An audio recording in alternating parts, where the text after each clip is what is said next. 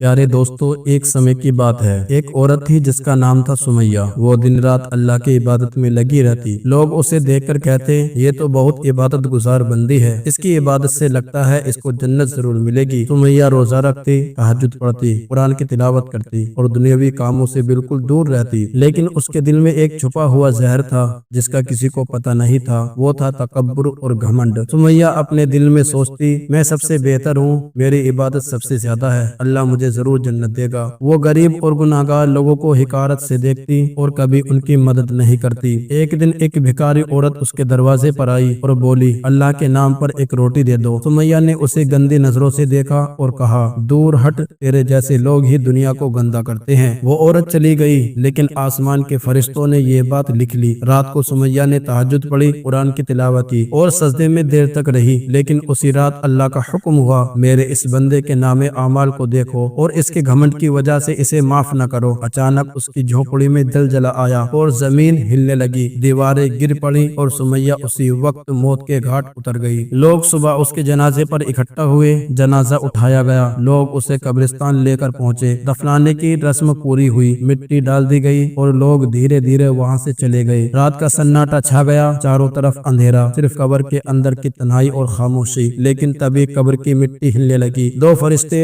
मुनकर और नकीर कड़े सवाल लेकर उसके सामने आए। पहला सवाल हुआ, तेरा रब कौन है? उसकी जबान लड़खड़ा गई, दिल में घमंड और तकब्बुर भरा था। दूसरा सवाल, तेरा दीन क्या है? उसने हल्के से कहा, इस्लाम, लेकिन आवाज में यकीन और अमल का असर न था। तीसरा सवाल, ये शख्स कौन है जो तुम्हारे पास भेजा गया था? वो हकलाने लगी और चुप हो गई। फरिश्तों ने कहा, तूने जिंदगी में लोगों को ठुकराया, गरीबों की मदद नहीं की और अपनी इबादत पर घमंड किया। तभी कब्र की दीवारें उसके दोनों तरफ से सिकुड़ने लगी, यहाँ तक कि उसकी पसलियां आपस में टकरा गई। एक दरवाजा जहन्नम की तरफ से खोल दिया गया, जिससे आग और धुएं का तूफान अंदर भर गया। उसने चीखते हुए कहा, ऐ अल्लाह, मुझे वापस भेज दे ताकि मैं नेक काम कर सकूं। लेकिन आवाज आई, अब तेरा लौटना मुमकिन नहीं, ये तेरे घमंड की सजा है। कब्र का अजाब जारी रहा और वो कयामत तक उस अंधेरे और दर्द में पड़ी रही। लेकिन किसी को नहीं पता था कि वो अल्लाह के अजाब में पकड़ी गई है, क्योंकि अल्लाह को इबादत से ज्यादा इंसाफ और इंसानियत पसंद है और घमंड करने वालों को वो पसंद नहीं करता। सुमैया की मौत के बाद गाँव के लोग आपस में बातें करने लगे, वो तो बहुत नेक थी, फिर ऐसा कैसे हुआ? लेकिन उसी रात गाँव के एक बूढ़े आलिम को ख्वाब आया। उसने देखा कयामत का मैदान सजा है, लोग अपने अपने नामे आमाल लेकर खड़े हैं। सुमैया भी वहाँ थी, उसके हाथ में उसकी इबादत से भरी किताब थी। लेकिन जब उसने उसे अल्लाह के सामने पेश किया, वो किताब अचानक काली पड़ गई। अल्लाह की आवाज गूंजी, ऐ सुमैया, तूने मेरी इबादत की लेकिन मेरे बंदों का दिल तोड़ा, तूने घमंड किया और गुनाहगारों को नीच समझा। सुमैया रो पड़ी, ऐ मेरे रब, मैंने तो तेरा नाम लिया, तेरे सामने सजदा किया। अल्लाह ने फरमाया, तूने मेरे सामने सिर झुकाया लेकिन मेरे गरीब बंदों को ठुकराया। क्या तूने नहीं सुना था, मैं उनके साथ हूँ जिनके दिल टूट चुके हो और सब्र का दामन थाम रखा हो। फिर हुक्म हुआ, इसे उसके आकार की सजा दो। फरिश्ते उसे खींचकर उस जगह पर ले आए जहाँ पर